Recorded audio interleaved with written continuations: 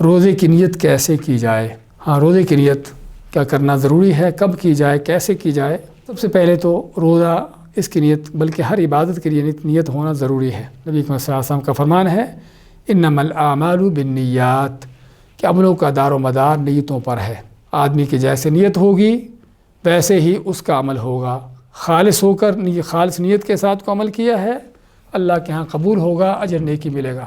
عمل تو کیا ہے لیکن نیت خراب تھی، دکھانے کی تھی، ریاکاری کی تھی، تو اللہ تعالیٰ کے ہاں اس عمل کی کوئی حیثیت نہیں ہے۔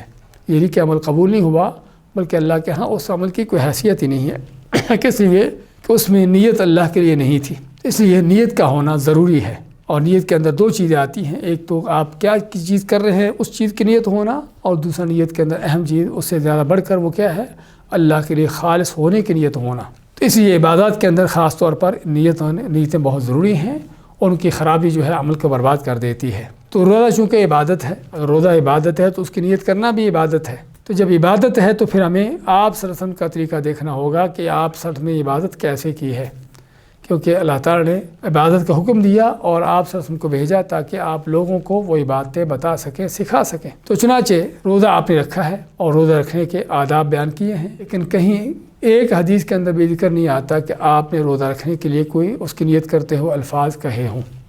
اس کے علاوہ دوسری چیزیں ملتی ہیں جس میں ذکر کیا ہے کہ آپ صلی اللہ علیہ وسلم کا یعنی کہ روزہ رکھنے کے معاملات کس طرح ہوتے تھے، سحری کیسے کرتے تھے، افطاری کیسے کرتے تھے، ساری چیزیں آپ نے نیت بھی کی ہے، کرنے کا حکم بھی دیا ہے بلکہ، لیکن آپ نیت کرتے ہوئے الفاظ کیا کہیں ہیں اس کے بارے میں کوئی صحیح، کوئی ضعیف، کوئی من گھڑت حدیث بھی نہیں ہے۔ بعض دجالوں نے ہر چیز پر کوئی نہ کوئی حدیث گھڑ کے فٹ کی ہوتی ہے، لیکن لگتا ہے کہ ان کو یہ مسئلہ بھول گیا کہ یہاں پر ان کو حدیث گھڑنا یاد نہیں رہی۔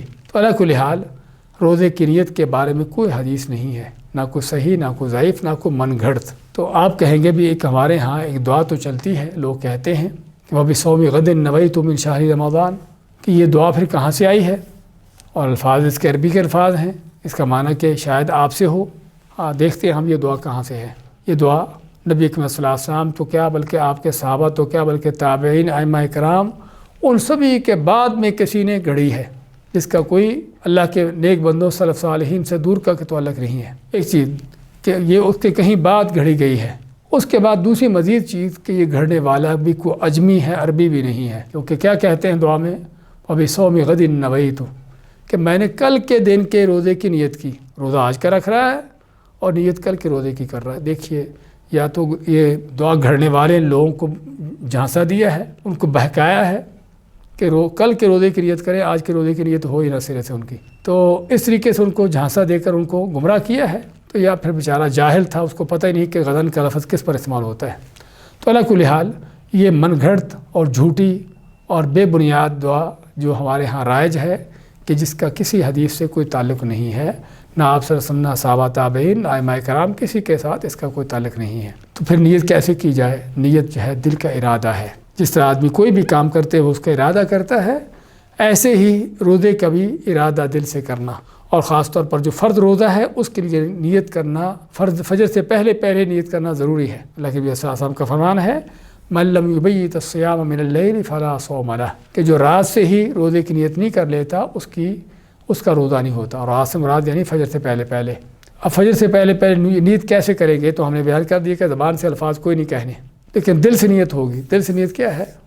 پہلی بات تو آپ کا سحری کے وقت اٹھنا، جو آپ کو ممکن ہے روٹین نہ اٹھنے کی، اٹھ کر آپ کو اس ٹائم کھانا فجر سے پہلے سحری کے وقت، کہ جو عام روٹین سے بہت ہٹ کر ہے۔ یہ آپ کا اٹھنا بھی اور کھانا بھی سحری کے نام سے کیا چیز ہے؟ روزے کی نیت ہے۔ آپ روزے کے لیے سارا کچھ کر رہے ہیں، تو آپ کے دل میں جو نیت چل رہی ہے روزہ رکھنے کی، وہی نیت ہے کہ جو کرنا ضروری ہے فجر سے پہلے۔